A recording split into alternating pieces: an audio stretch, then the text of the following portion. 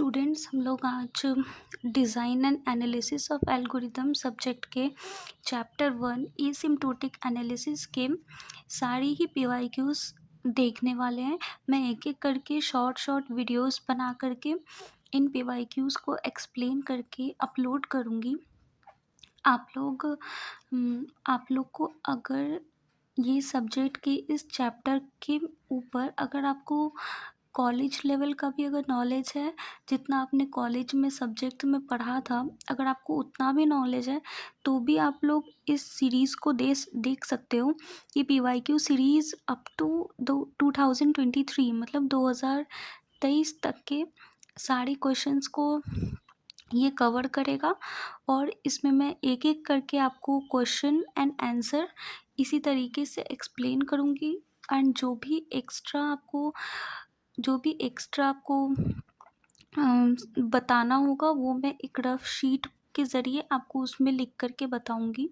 और एक एक करके हम लोग ऐसे ही हर चैप्टर के हर सब्जेक्ट के गेट के पीवाईक्यूज हम लोग देखेंगे।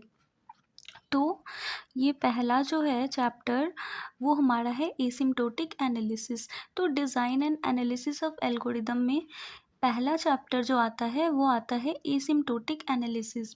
मैं इन सारी पीवाईक्यूज को बहुत ही आसान भाषा में आपको बताऊंगी ताकि आपको अच्छे से एक एक पीवाईक्यू क्लियर हो जाए। अगर आपको इस सब्जेक्ट का सिर्फ बेसिक नॉलेज भी है तो भी आप इस सीरीज़ को ईज़िली देख सकते हैं। इस पीवाईक्यू सीरीज़ को देख करके फ़ायदा आपको ये मिलने वाला है कि आप अगर गेट एग्ज़ाम की तैयारी कर रहे हैं या फिर अगर आपको सब्जेक्ट के बारे में भी अगर डीप नॉलेज चाहिए तो भी आप इसे देख सकते हो। अगर आप गेट एग्ज़ाम की तैयारी कर रहे हैं तो इससे क्या होगा कि जो आपके ये एग्जैक्ट क्वेश्चंस तो रिपीट नहीं होने वाले हैं, पर आप अगर इस सीरीज़ को देखोगे तो आपके इस क्वेश्चंस को सॉल्व करने का जो अप्रोच है वो आपका क्लियर हो जाएगा। अगर आपका ये अप्रोच क्लियर हो जाता है क्वेश्चंस को सॉल्व करने का, तो फिर आप अगर फ्यूचर में कोई दूसरा नया क्वेश्चंस भी आता है तो आप उसको ईज़िली सॉल्व कर सकते हो। इसीलिए आपको अप्रोच आना बहुत ज़रूरी है और वही हम इन सारे वीडियोस में देखने वाले हैं। मैं सब्जेक्ट वाइज प्लेलिस्ट बनाऊंगी, हर प्लेलिस्ट में शॉर्ट वीडियोस होंगे। आप उन वीडियोस को देख करके उसमें कुछ क्वेश्चंस कराऊंगी, उसके ज़रिए आप समझ सकते हैं कि किस तरीके से हमारा अप्रोच रहने वाला है पीवाईक्यू को सॉल्व करने का। और ये अप्रोच आपको फ्यूचर में अपने गेट एग्ज़ाम में बहुत ही ज़्यादा हेल्पफुल रहने वाला है, क्योंकि आप इससे समझोगे कि क्वेश्चंस को किस तरीके से सॉल्व करते हैं। तो चलिए अब हम शुरू करते हैं। और एक्स्ट्रा जो भी बातें होंगी मैं आपको वो वीडियो के बीच में बताती रहूँगी, आपको उसके लिए चिंता करने की ज़रूरत नहीं है। चलिए, तो यहाँ पे हम पहला क्वेश्चन देखते हैं।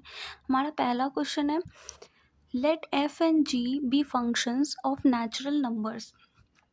तो एफ एंड जी एक फंक्शन है नेचुरल नंबर का, given by F N equals to N. F N की जो वैल्यू है वो एन है एंड जी एन की वैल्यू हमारी एन स्क्वायर है। जी एन की वैल्यू हमारी एन स्क्वायर है एंड एफ एन की वैल्यू एन है। तो which of the following statements is are true. तो हमारा पहला ऑप्शन दिया है F belongs to big O of G. दूसरा ऑप्शन है F belongs to big omega of G. तीसरा है F belongs to small O of G and option D है F belongs to theta of G. ये question 2023 में previous year में आया हुआ था। तो चलिए इसका सल्यूशन देखते हैं। इसका सल्यूशन आंसर, इसमें जो एफ एन है हमें एन दे रखा है। रुकिए मैं अपना पेन चेंज कर देती हूँ। जो हमारा एफ एन है वो एन दे रखा है और जी एन जो है वो हमारा एन स्क्वायर दे रखा है। तो जो हमारा पहला ऑप्शन, चलिए हम एक एक करके चेक करते हैं ऑप्शंस को। ठीक है, एफ एन हमारा एन दे रखा है और जी एन हमारा एन स्क्वायर दे रखा है। तो अगर हम बिग ओ देखें, पहला ऑप्शन ये क्या दिया है, ये बिग ओ है। तो यहाँ बोल रहा है कि क्या एफ एन जो है हमारा वो big O of g N है या नहीं है, ये हमें चेक करना है। तो हमें बिग ओ का डेफिनेशन क्या होता है? बिग ओ का डेफिनेशन होता है F N is less than and equals to C into ji N. Big O का डेफिनेशन हमारा होता है F N is less than equals to C into G N. तो हम यहाँ अगर एफ एन की जगह हमें क्या दिया हुआ है? एन दिया हुआ है।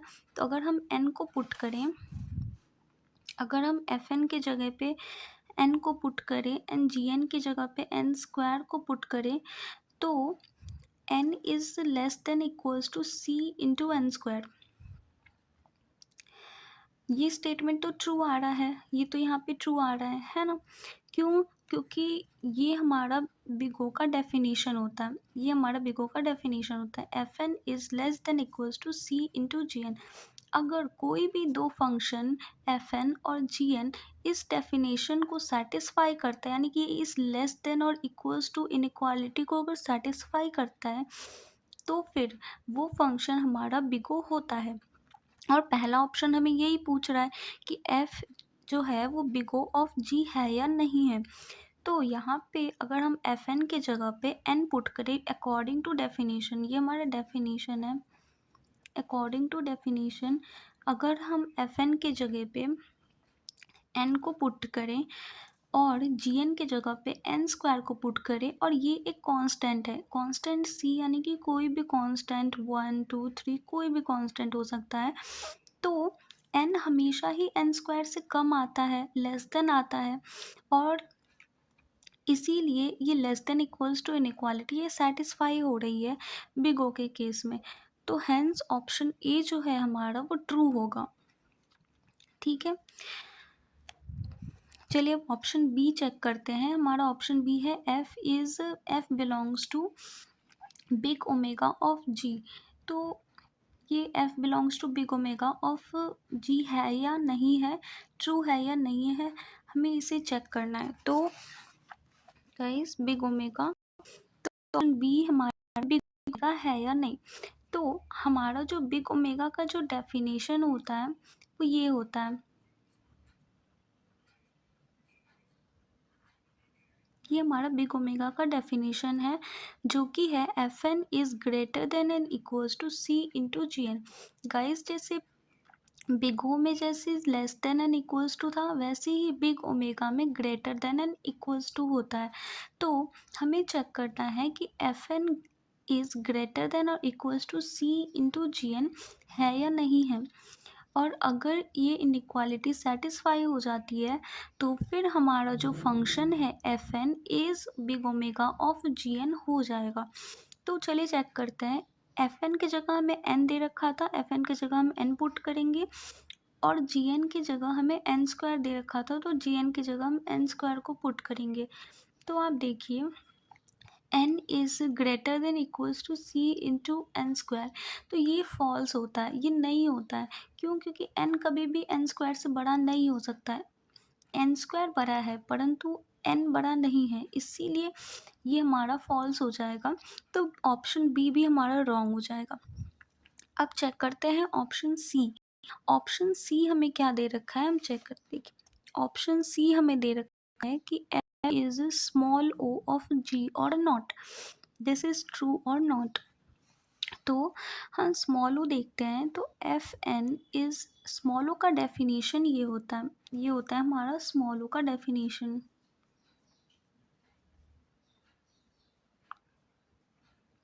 ये हमारा स्मॉल ओ का डेफिनेशन होता है कि F N is less than c into G N.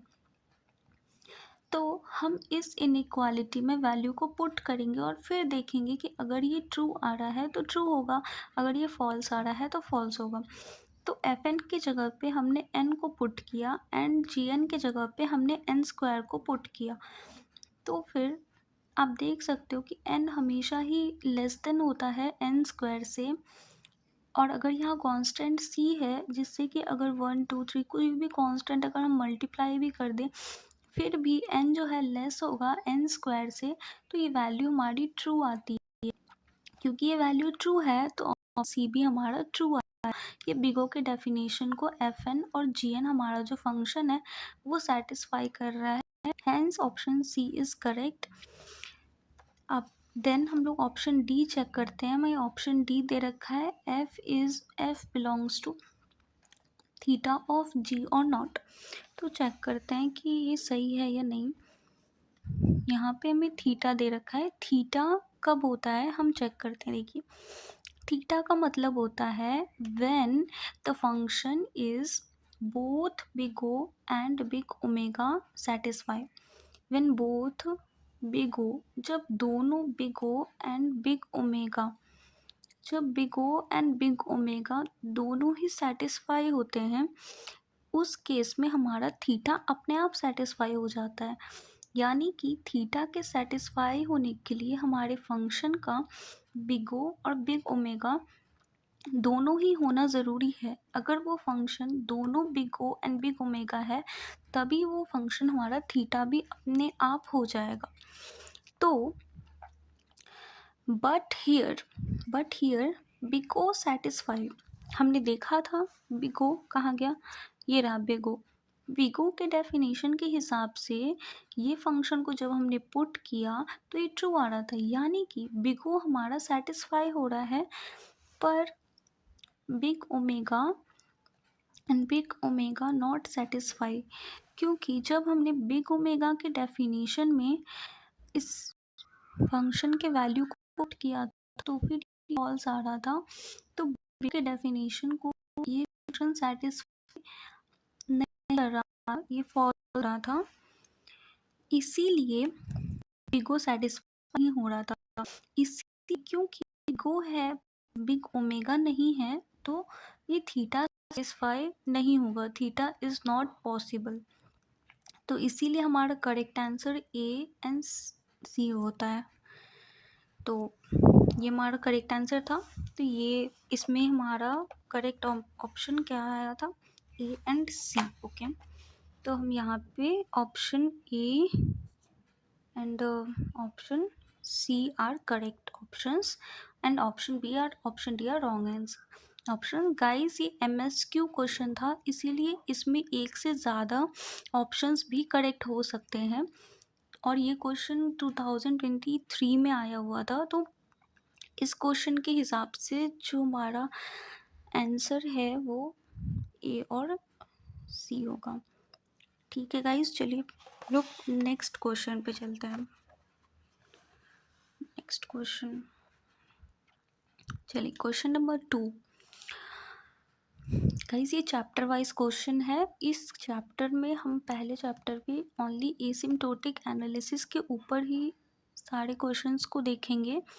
फिर हम लोग जब नेक्स्ट चैप्टर में जाएंगे तो नेक्स्ट चैप्टर के क्वेश्चंस देखेंगे। मैं चैप्टर वाइज PYQ लेकर आई हूँ। तो हम लोग पहले चैप्टर के एसिम्प्टोटिक एनालिसिस के ऊपर जितने भी PYQs होंगे वो पहले कवर करेंगे, फिर चैप्टर जितने भी PYQs होंगे हम उसको कवर करेंगे।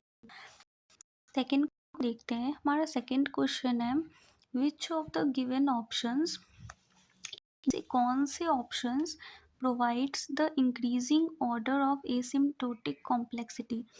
हमें इनमें से कौन से ऑप्शंस हमें इंक्रीजिंग ऑर्डर, यानी कि इंक्रीजिंग ऑर्डर सबसे छोटा उससे बड़ा फिर उससे बड़ा फिर सबसे बड़ा, इस तरीके के ऑर्डर में एसिम्प्टोटिक कॉम्प्लेक्सिटी को रिप्रेजेंट करता है और functions F1 F2 F3 and F4। यानी कि हमें 4 फंक्शंस दे रखे हैं F1 F2 F3 and F4 और इन चारों फंक्शंस को हमें एसिम्प्टोटिक कॉम्प्लेक्सिटी के हिसाब से, यानी कि एसिम्प्टोटिक कॉम्प्लेक्सिटी के हिसाब से हमें इंक्रीजिंग ऑर्डर में अरेंज करना है।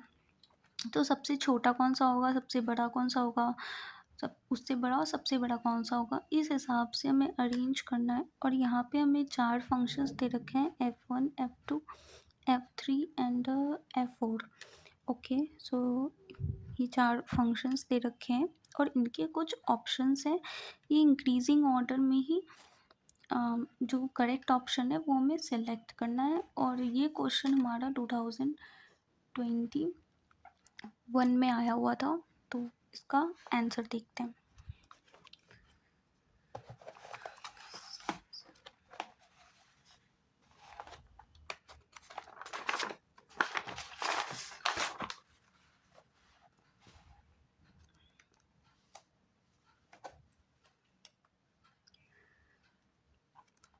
गाइस आई होप आपको आंसर दिख रहा होगा। और चलिए ये आंसर हम इसको अच्छे से समझते हैं कि इस आंसर में इसे हमें कैसे सॉल्व करना है। तो जो f1 फंक्शन था, पहला फंक्शन, वो हमें दे रखा है 2 पावर n, और दूसरा फंक्शन हमें दे रखा है n पावर 3/2, तीसरा फंक्शन दे रखा है n log n, एंड चौथा फंक्शन दे रखा है n पावर log n। तो हम एक एक करके इसे देखेंगे कि ये फंक्शंस क्या हैं। तो पहला जो हमारा फंक्शन है f1, वो 2 पावर n है, जो कि हमारा है, ये एक फॉर्म है।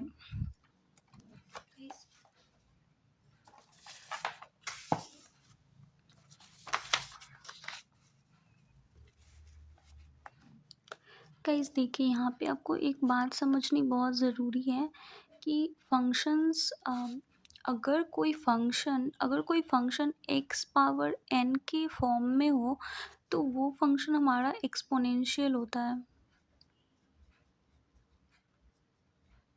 और अगर कोई फंक्शन हमारा n के पावर x के फॉर्म में हो तो वो हमारा पॉलिनोमियल फंक्शन होता है।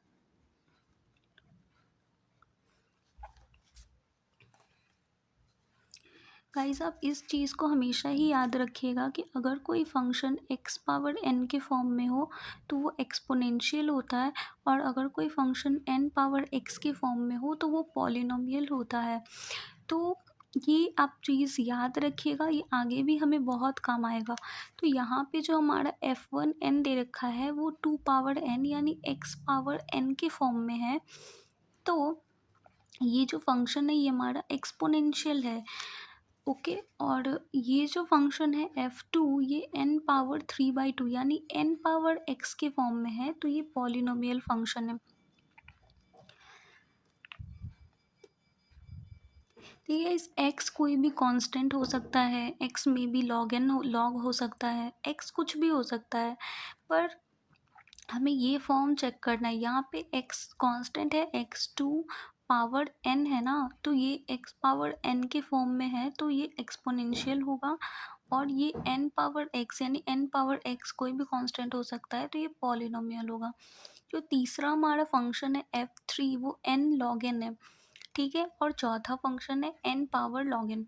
अब हम देखते हैं इन सारे फंक्शंस के बीच में आपस में जो कंपैरिजन होता है वो चेक करते हैं, उसके ही बेसिस पे हम फंक्शंस को इंक्रीजिंग ऑर्डर में अरेंज करेंगे।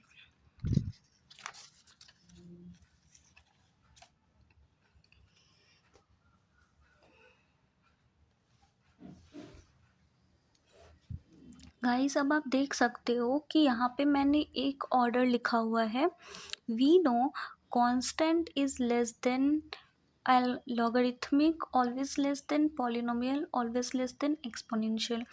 ये जो हमारा एक इंक्रीजिंग ऑर्डर में जो अरेंजमेंट है, ये आप सबको ही हमेशा ही याद रहना चाहिए। आगे जाकर बहुत सारे कोर्स में हम इसका यूज़ करेंगे। ये यूनिवर्सल है, ये आपको पता होना चाहिए कि कांस्टेंट हमेशा ही लेस देन होता है लॉगरिथमिक के, लॉगरिथमिक हमेशा ही लेस देन होता है पॉलिनोमियल के, और पॉलिनोमियल हमेशा ही लेस देन होता है एक्सपोनेंशियल के।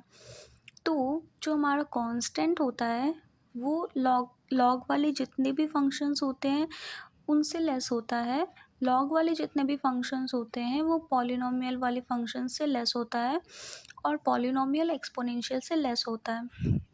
तो first of all let's say हम इन दोनों को कंपेयर करते हैं। पहला है n power 3/2 versus n power log n। इन दोनों को हम कंपेयर करते हैं तो देखते हैं इनका कंपैरिजन। तो n पावर 3/2, n बेस तो सेम है, n यहाँ पे भी है, n यहाँ पे भी है, तो हम पावर्स को कंपेयर करते हैं, उसमें से जो पावर छोटा आएगा वो वाला फंक्शन छोटा होगा, जो पावर बड़ा होगा वो वाला फंक्शन बड़ा होगा। तो n पावर 3/2, तो 3/2 कांस्टेंट है, पावर 3/2 ये तो एक कांस्टेंट है, ये तो एक नंबर है। एंड जो हमारा लॉगिन है, लॉगिन जो है वो लॉगरिथमिक फंक्शन है, लॉगिन हमारा लॉगरिथमिक फंक्शन है। तो इस हिसाब से अगर देखें तो n पावर कांस्टेंट और n पावर लॉग, तो कांस्टेंट छोटा है लॉगिन, लॉगिन से कांस्टेंट हमेशा ही लॉगरिथमिक छोटा होता है, यानी n power 3/2 less n power log n से। सो इन दोनों फंक्शन के बीच अगर कंपेयर करें तो फाइनल इंक्रीजिंग ऑर्डर क्या होगा? फाइनल इंक्रीजिंग ऑर्डर हमारा होगा n log n less than n power 3/2 less than n log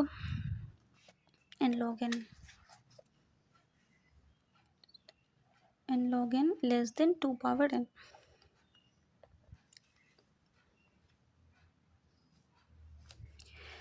तो गाइस आप ये सोच रहे होंगे कि ये ऑर्डर कहाँ से आ गया। तो देखिए गाइस, ये n log n ये हमारा लॉग फंक्शन है, n log n ये हमारा लॉग फंक्शन है।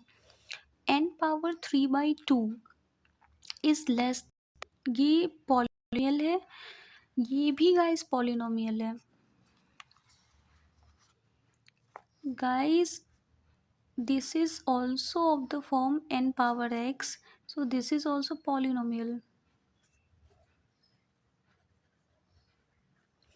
क्योंकि यहाँ पे x की जगह पे log n है, यहाँ पे x की जगह पे कांस्टेंट है, पर दोनों ही पॉलिनोमियल फंक्शंस ही हैं।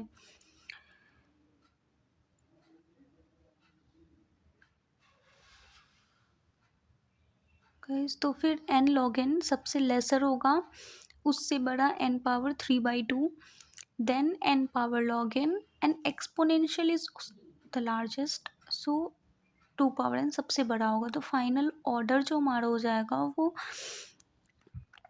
f3 less than f2 less than f4 and less than f1, जो कि हमारा ऑप्शन ए है and which is the correct option for this question. Guys next question, ये वीडियो काफ़ी लंबा भी हो गया है, तो इसलिए हम अगला क्वेश्चन नेक्स्ट वीडियो में करेंगे। मैं एक एक करके सारे PYQ सॉल्व करवाने वाली हूँ, और आप प्लीज़ प्लेलिस्ट को गो थ्रू करिएगा, आपको बहुत सारे बेसिक कॉन्सेप्ट समझ आएंगे। मैं सारे ही क्वेश्चंस को जितना हो सके उतना इजी वे में बेसिक तरीके से आपको एक्सप्लेन करने की कोशिश करूँगी, ताकि आपको कोई भी दिक्कत ना आए। अगर आपने थोड़ा बहुत भी सब्जेक्ट को पढ़ा है तो आपको ज़रूर ये क्वेश्चन समझ आएंगे। ये सारे गेट के आए हुए PYQs हैं 2023 अप टू, और गाइज ये बहुत ही ज़्यादा इम्पॉर्टेंट है, तो आप प्लीज़ इस वीडियोस को ध्यान से देखिएगा, आपको ज़रूर समझ आएगा। और अगला बहुत सारे और भी क्वेश्चंस हैं वो इस चैप्टर के, मैं वो नेक्स्ट वीडियोस में एक एक करके एक्सप्लेन करूँगी। तो गाइज आज के लिए इतना ही, मिलते हैं नेक्स्ट वीडियो में।